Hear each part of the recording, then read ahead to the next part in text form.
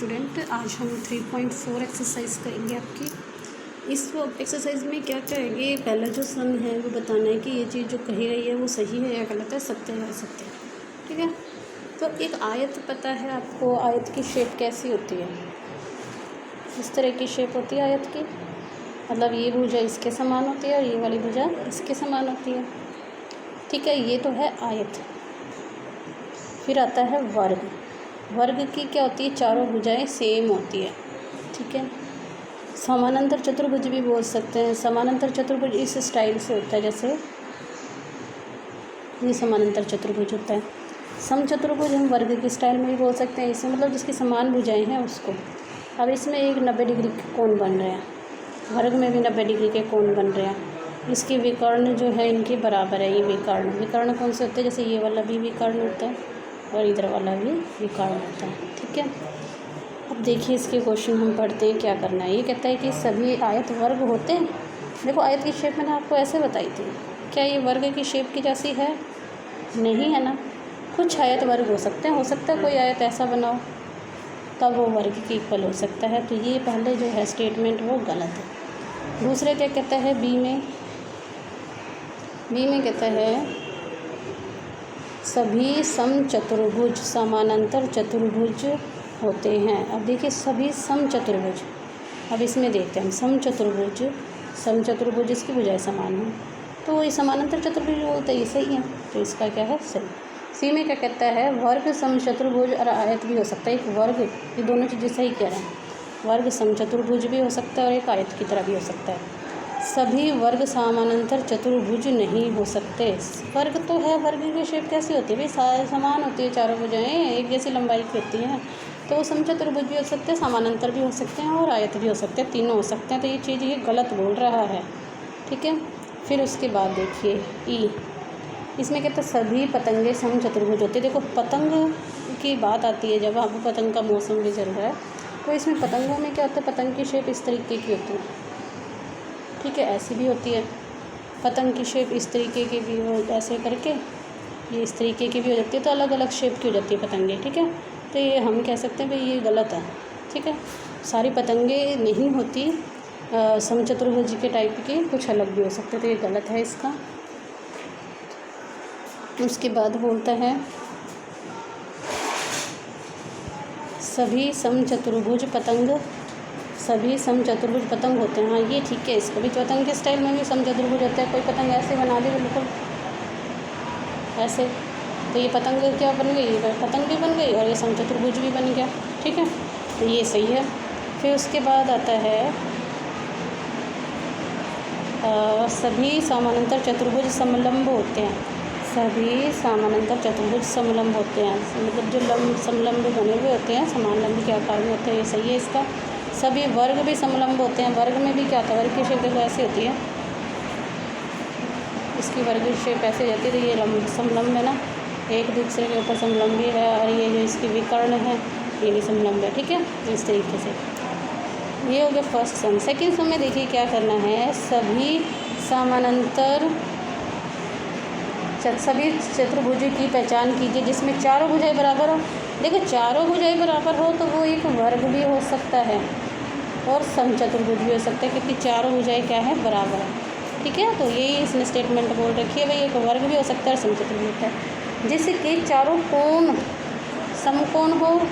देखिए चारों कोणों के भुजाएं लंबाई बराबर हो और चारों कोण समकोण हो। देखो अब मैंने वर्ग की शेप ऐसे बनाई है, तो ये 90 डिग्री का एंगल बना रहा है ना, 90 डिग्री का।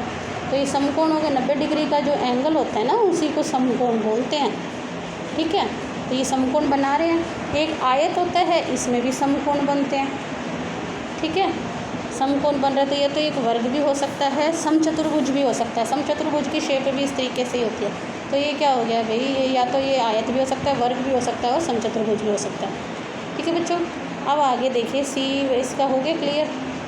थर्ड सम देखिए, एक वर्ग बनाइए, एक वर्ग है ये, इसमें देख लो आप, एक वर्ग बनाइए, एक चतुर्भुज, चार भुजाएं बराबर हैं, वर्ग बन गया, चार भुजाएं बराबर होगी।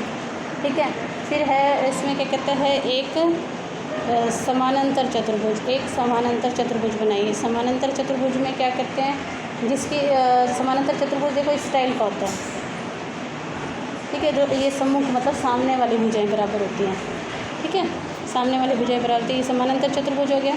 फिर उसके बाद एक आयत, आयत की क्या होती है, आयत जो होता है उसकी चारों भुजाओं में देखो ये भुजाएं आमने सामने वाली भुजा ऐसे, ये भुजा इसके बराबर, ये वाली इसके बराबर होती है, ये आयत की शेप हो गई। फिर उसके बाद कहता है एक समचतुर्भुज, समचतुर्भुज मतलब कि समान भुजाएं हैं, जिसकी वर्ग के स्टाइल का ही हो जाता है समचतुर्भुज, ठीक है, ऐसे कर लेना। फिर उसके बाद आता है फोर्थ सम। देखिए बच्चों, एक चतुर्भुज बनाइए जिसके विकर्ण एक दूसरे को समद्विभाजित करते हैं, मतलब एक चतुर्भुज जिसके विकर्ण दो भागों में बांटते हैं, देखो समान दो भागों में, ये भाग इसके समान होना चाहिए, ये वाला भाग इसके समान होना चाहिए, तो ये एक वर्ग के अंदर हो सकता है, ठीक है, समानांतर चतुर्भुज या वर्ग या आयत, चारों ही चीज़ों के अंदर ही हो सकता है, वर्ग में भी हो सकता है, वर्ग आयत समानांतर चतुर्भुज और क्या नाम है इसका हमारा समचतुर्भुज, चारों में ये होता है, भागों में बांटते हैं। फिर कहते हैं एक दूसरे के समलंब बने, समलंब बने तो किसके अंदर होगा, वर्ग के अंदर समलंब भी होगा, ये एक दूसरे के, ये जो होती है ना, जैसे ये एक दूसरे में 90 डिग्री का एंगल बना रहे हैं तो ये समान लंब वाले भी होंगे, ठीक है बच्चों। फिर उसके बाद है विकर्ण बराबर हो, विकर्ण जब बराबर वो किस चीज़ में होते हैं, या तो वो वर्ग होगा या वो आयत होगा, ठीक है, और समद्विभाजित किस में, समचतुर्भुज में करते हैं, ठीक है। अब देखिए आगे लास्ट सम है इसका, इसमें क्या कहता है, बताइए एक आयत उत्तल चतुर्भुज कैसे है। देखिए एक आयत इसमें ही कर लेते हैं सम, एक आयत के प्रत्येक कोण का योग प्रत्येक कोण के माप 180 डिग्री से कम है। देखो आयत की शेप कैसी होती है, ऐसी होती है, ठीक है, 90 डिग्री के बने होते हैं, तथा आयत साथ में क्या होता है, आयत साथ ही आयत के दोनों विकर्ण एक दूसरे को अंदर अभ्यंतर होते हैं, विकर्ण क्या होते हैं, अंदर की साइड होते हैं। और जैसे विकर्ण इसके बनेंगे, विकर्ण जो हम बनाएंगे इसके अंदर की साइड बन रहे हैं, जैसे विकर्ण आयत के, ये देखिए विकर्ण है इसके, ये वाले जो मैं कांटा बना रही हूँ ना, ये विकर्ण है, ये अंदर की तरफ है, एक दूसरी चीज़ हो गई। फिर इसके बाद आता है, इसलिए एक आयत क्या है, उत्तल चतुर्भुज है, ठीक है, ठीक है बच्चों। अब इसके अंदर आता है ये वाला सम, इसमें क्या कहता है, ABC एक समकोण त्रिभुज है, ABC एक समकोण त्रिभुज बना देते हैं पहले, ABC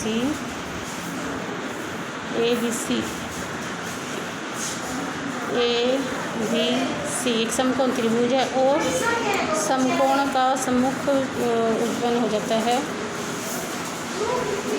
देखिए इस सम के अंदर बेटा थोड़ा सा समझने वाला पॉइंट है, इसमें क्या करा हुआ है, ABC एक समकोण त्रिभुज बनाते हैं पहले, हमें इस तरीके से बनाना पड़ेगा, ऐसे समकोण त्रिभुज ABC, A B और C, ठीक है। उस समकोण त्रिभुज के सम्मुख मतलब कि ये समकोण त्रिभुज बन रहा है, इसके सामने वाली भुजा है ये, इसके मध्य बिंदु पर है कोई पॉइंट दे रखा है हमें O ले लिया, ठीक है। अब ये कहता है कि O है, अब इसके बाद हम क्या करेंगे, हम इसको जितनी ये भुजा है यहाँ से यहाँ तक की लंबाई O लेके इधर तक, ठीक है, इसको नाम दे देंगे D, और इस वाली लाइन को A को D से मिला देंगे और D को C से, तो ये एक हमारा आयत की शेप में बन जाएगा। अब इसके बाद हमने क्या प्रूफ करना है इसके अंदर कि समकोण त्रिभुज है ABC और समकोण के सामने वाली भुजा का मध्य बिंदु, बताइए कि O बिंदु A और O बिंदु A मतलब OA बराबर है OB बराबर है OC के, इसके इक्वल रखना है, ठीक है ना। तो ये चीज़ हमने इसके अंदर प्रूफ कर लिया। तो ये देखिए ये बीच में बिंदु है, सामने वाला है, इसमें हमने क्या करना है, देखो ये एक क्या है, आयत की शेप आ जाएगी, आयत की शेप में क्या होगा AD, ठीक है, और आयत के जो विकर्ण है वो बराबर है कौन से, AC, ये वाला विकर्ण किसके बराबर है, इसके BD के, ठीक है ना, AC BD के बराबर है, और ये एक दूसरे को काट रहे हैं, अगर काट रहे हैं तो OA किसके बराबर हो जाएगा, OC के, ठीक है ना, और OD किसके बराबर हो जाएगा, OB के। तो ये सारे समान है, हमें प्रूफ किसका करना है, हमें ये वाला प्रूफ करना है, तो ये वाला तो हो ही रहा है, OA किसके बराबर है, OC के बराबर और OB के बराबर से यही डालना है, तो ये सही है। तो हम कह सकते हैं कि OA B और C से बराबर की दूरी पर बना हुआ है, ठीक है बच्चों, बस इतना ही है, थैंक यू।